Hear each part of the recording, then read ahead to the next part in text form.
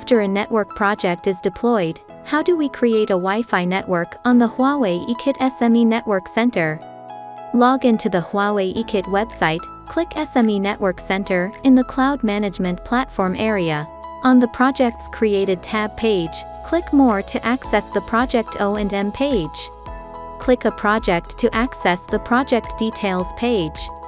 Choose Configuration Device Configuration AP Wi-Fi Management. The Wi-Fi Management page is displayed. Click Create. Enter the Wi-Fi name. If password protection is required, click the Encryption tab and set the password. To associate the Wi-Fi network with a VLAN, click Advanced Settings and enter the VLAN ID. If the default VLAN 1 is not used, you are advised to use the Network Management function to quickly configure the wired and wireless networks. Click OK.